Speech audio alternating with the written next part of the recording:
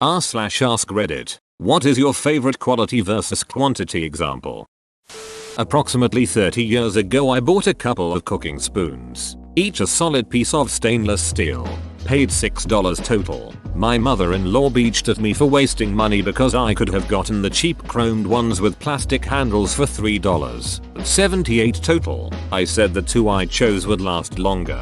She said I just wanted fancy things and thought I was better than other people. I'm still using mine 30 years later. Hell, my grandchildren will probably be using them. They are beautiful and functional. Edit, as requested. The spoons. https imgur.com/8wrnf03. I never understood that viewpoint. That wanting to spend a little extra for quality means you think you are better than everyone. It's not like you bought a Rolls Royce. They are only spoons. Edit. To all the people who think I am shaming Rolls owners, go look for something else to be offended by. I am comparing the low cost of upgrade in the spoons, a couple dollars, to the much larger upgrade of the Rolls. I know, right? And it's not just that Mill was looking for reasons to pick at me. She would almost always buy the cheapest possible tools and clothes and grooming supplies. The only thing she spent lavishly on was food. I think she legitimately thought I was a snob because I took care of my skin, not even fancy products, and tried to buy good tools. I shop at thrift stores and garage sales and I don't demand designer clothes and stuff. Friends, keep the circle small. Edit. Thank you for the 2 silvers, kind strangers. Smiling face. Friends, do what works for you when it comes to friendships. I am older, been a lot of places and experienced a lot. Time is the greatest test and your greatest teacher. Much love to all of you. Red heart is an exclamation mark. It's likely that you will only have a small number of really close friends, but we shouldn't make a virtue out of having few friends. Keep your closest homies close, but it's fine to have circles of medium friends, work buddies, acquaintances. We shall strive to be friendly with people and not retreat into a no new friends mentality. Agreed. I live in the Boston area and was born here, but I hear from new transplants that it is so hard to make new friends here, because the mentality seems to be, you form your core clique early and then that's it. No new friends because you don't have the time. So then if you move here and don't already have your clique and you aren't still in school, you're kinda stuck. I'm much more outgoing and I really enjoy making new friends. I still have my core group of a few very close friends, but a much wider network of medium work friends. Also, one of said medium work friends eventually became one of my besties and now her and her husband are godparents to my child. If you set up a mental roadblock of I only need X friends, then you are not only missing out on potential great friendships, but you are essentially creating a shunning situation to anyone new to the area. Tools. 1 quality screwdriver, wrench or whatever will last you a lifetime and can replace dozens of cheap tools. I like Adam Savage's take on this. Buy the cheap tool first, and if you use it often buy a better one. No use in buying expensive tools which you don't use a lot. I call that the Harbor Freight rule. If you find you need a tool you don't own, buy the Harbor Freight knockoff, and if you use it enough it fails, then you know you use it often enough that it's worth it to invest in a quality product. If you only use it once or twice a year, you'll likely never wear it out, and it wasn't worth it to spend big money on quality. Edit. Holy exploding inbox. Batman. Row. Thanks for all the love. Folks, it means a lot that so many of you have been genuinely helped by this tip. Many warm fuzzies. A nice fitted suit versus 3 ill-fitted suits purchased from an average place. Same price, but makes a world of difference. The worst suit I've ever been fitted for is my birthday suit apparently. Needs ironing. Work. You will have some bosses that say take any time you need. Get your job done and be ready to work when you have to, while others want your butt in a chair at your desk for 8 hours every day. No questions asked. I'm a software engineer for an application used by a call center. We had a major release that helps automate some of the steps that the call center workers would otherwise do manually. It cut the average call time by about 40%, which we were really happy about. A few weeks later, One of the call center managers asked if we could remove the new feature because the employees weren't spending enough time on phone calls. This completely incompetent moron thought quantity of work was literally the only thing that mattered. I was like, dude, the whole point is to keep customers happy by limiting the length of their calls. He was ready to duck over our customers and all of his employees for no reason. Edit. It wasn't something they were getting measured on. Although, I totally see where you guys are coming from there. I don't believe anybody was let go, but I think they did eliminate some open positions. It was probably impacting a metric that his annual review depended on. Alfredo's Pizza Cafe vs. Pizza by Alfredo. Pizza by Alfredo is a hot circle of garbage.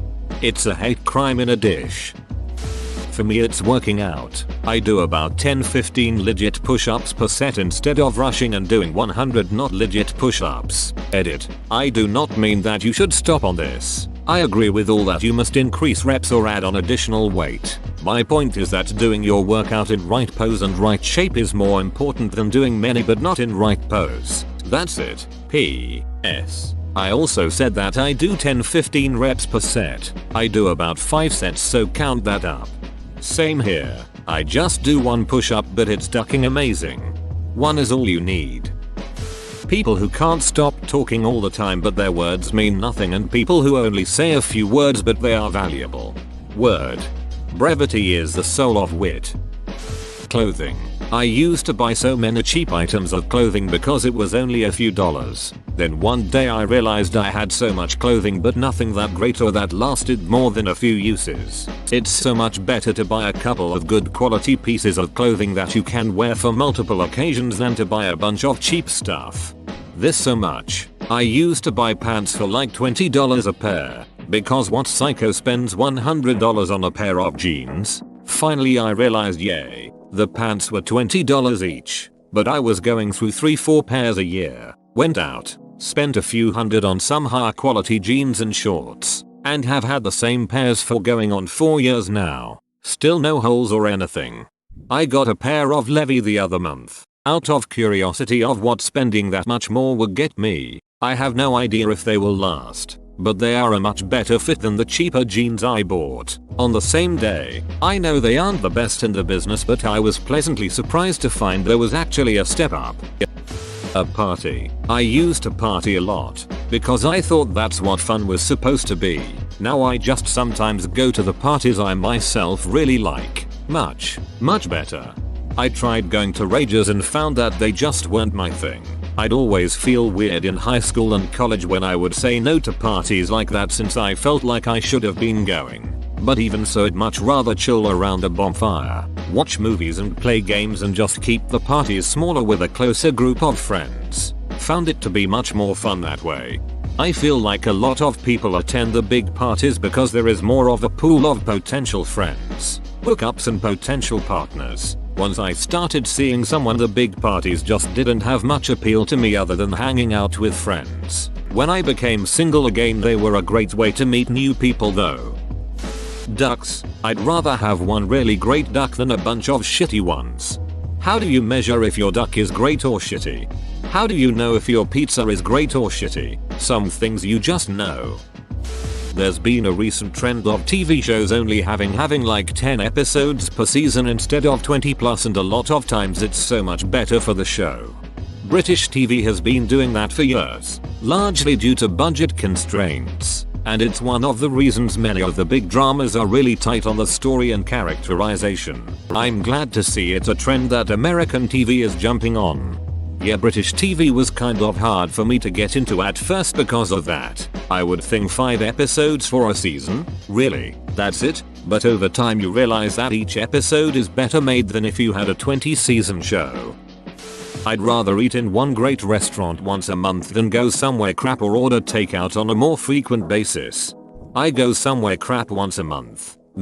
I'm the opposite. I've eaten at a few really nice restaurants because my family likes that kind of thing, and I have never found the food at $50 100/person places to be worth the difference compared to a $10 15/person place. Service is usually better. Edit. Got a lot of panties in a bunch with this. Some people like different stuff than you. It hurts to hear, but it's the way things are. Not everyone who disagrees with you just hasn't had actually good food, or must be going to the wrong places, or has broken taste buds.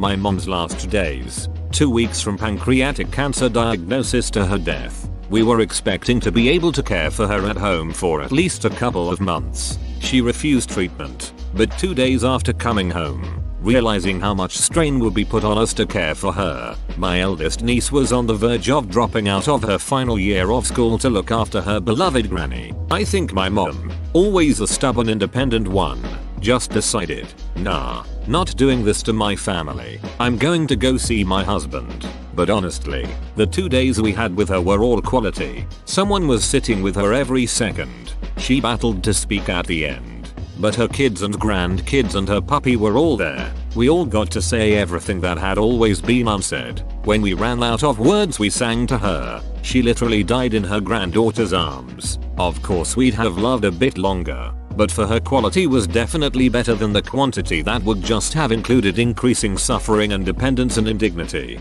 My sister-in-law was terminally ill. She had suffered for a few years plodding along, but I think she had enough. She had a great day with my wife, and when she got home she didn't take the medication she needed to live. She died on the sofa lying down chatting with my wife. We didn't find out till later that she didn't take her meds. My wife thinks maybe she was too weak to get them.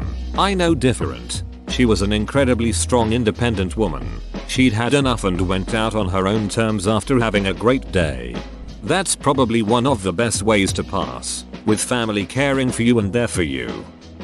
Studying. I have friends who study for hours and hours but don't target specific material in a way that's effective. There have been tons of academic studies that show which kinds of studying are the most effective for retention, so I stick to those and end up studying for far less time. Edit. Worst studying techniques are cramming and rereading or highlighting the material. Best studying techniques are slower and cumulative and involve rewriting the material into a study guide or flashcards, as well as doing lots of practice questions. I have a book recommendation for you. Deep Work by Cal Newport. Think you'd like it? D-edit. Link to its Goodreads page http://www.goodreads.com bookshow/25,744,928 Deep Work. It depends on your goal. Scrumming was plenty effective for me at getting a test done the next day and for getting 90% of the class 1 hour afterward. Makeup.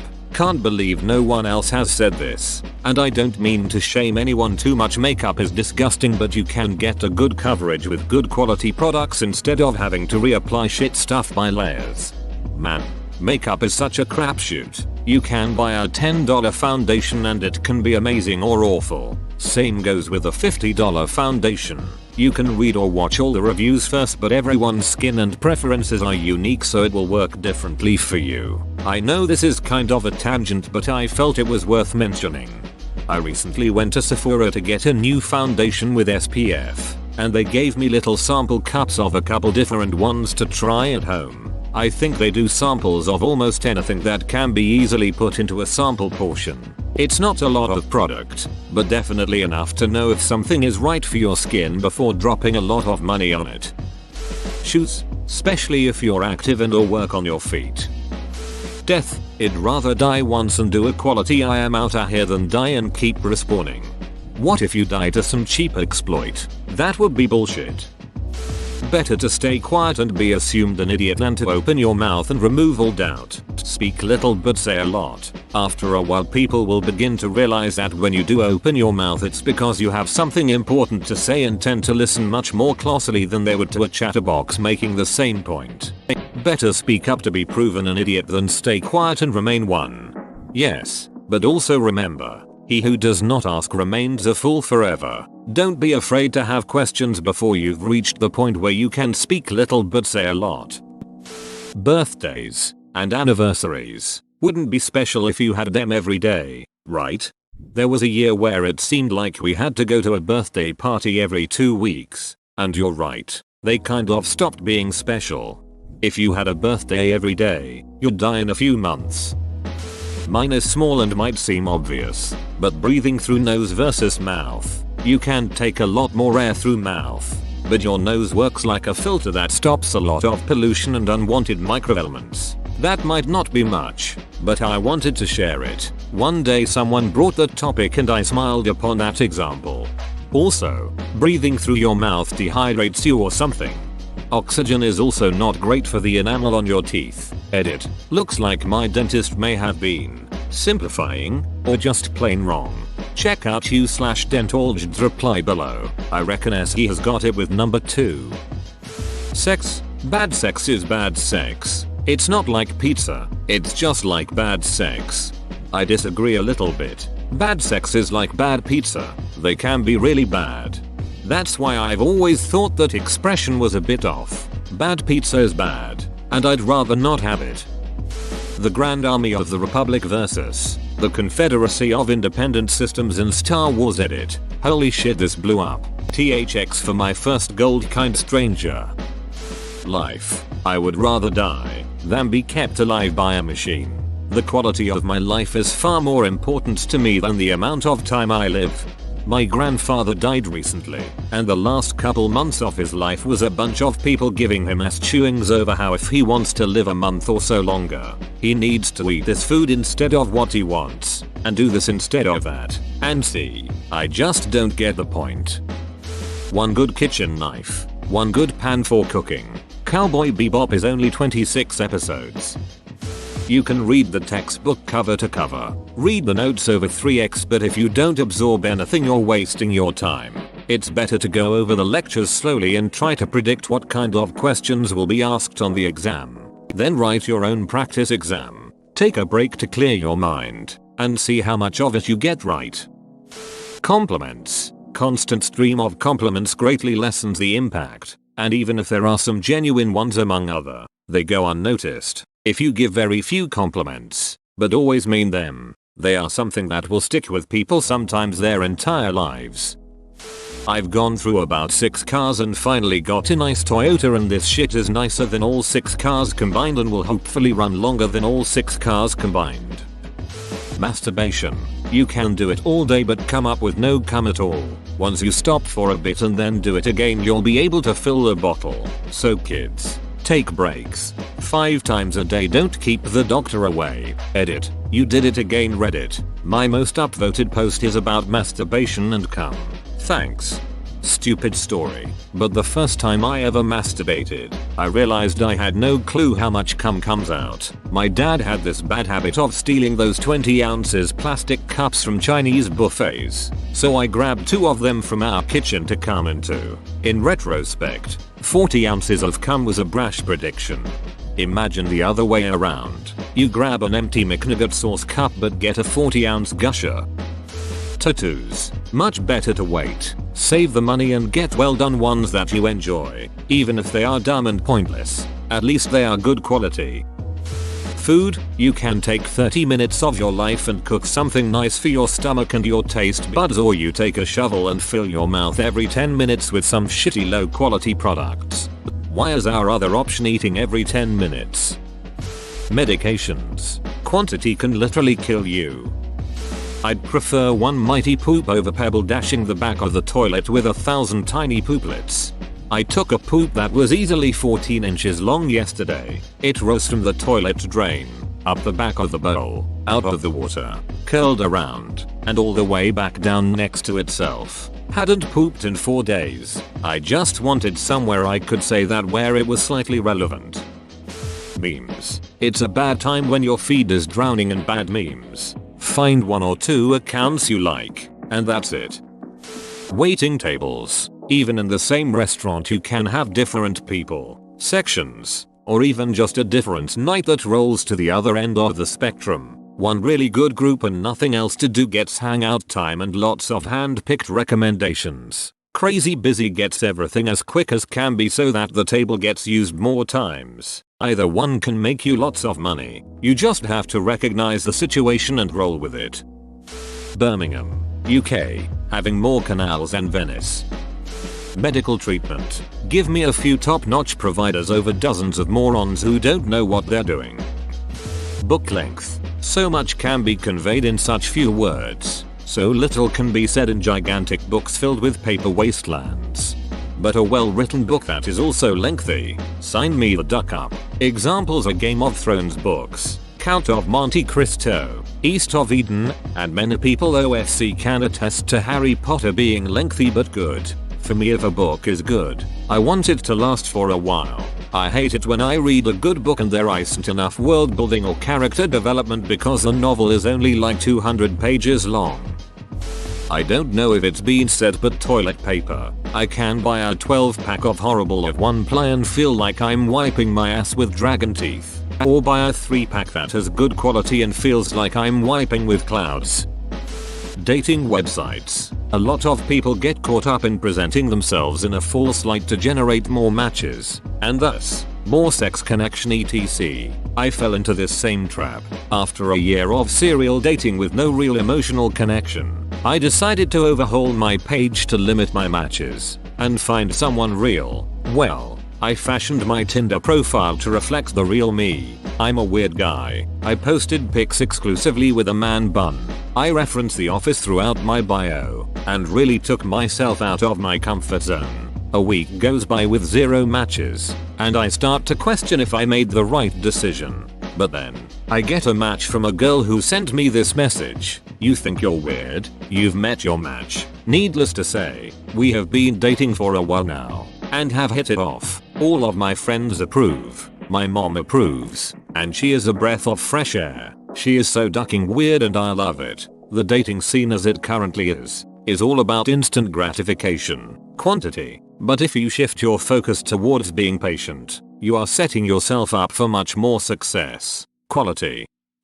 Fancy restaurants. I cannot say this enough, but an amazing gourmet meal with maybe smaller quantities but a sensory overload at each bite is worth more than 100 Big Mac. IDK man, 100 Big Mac sounds pretty good.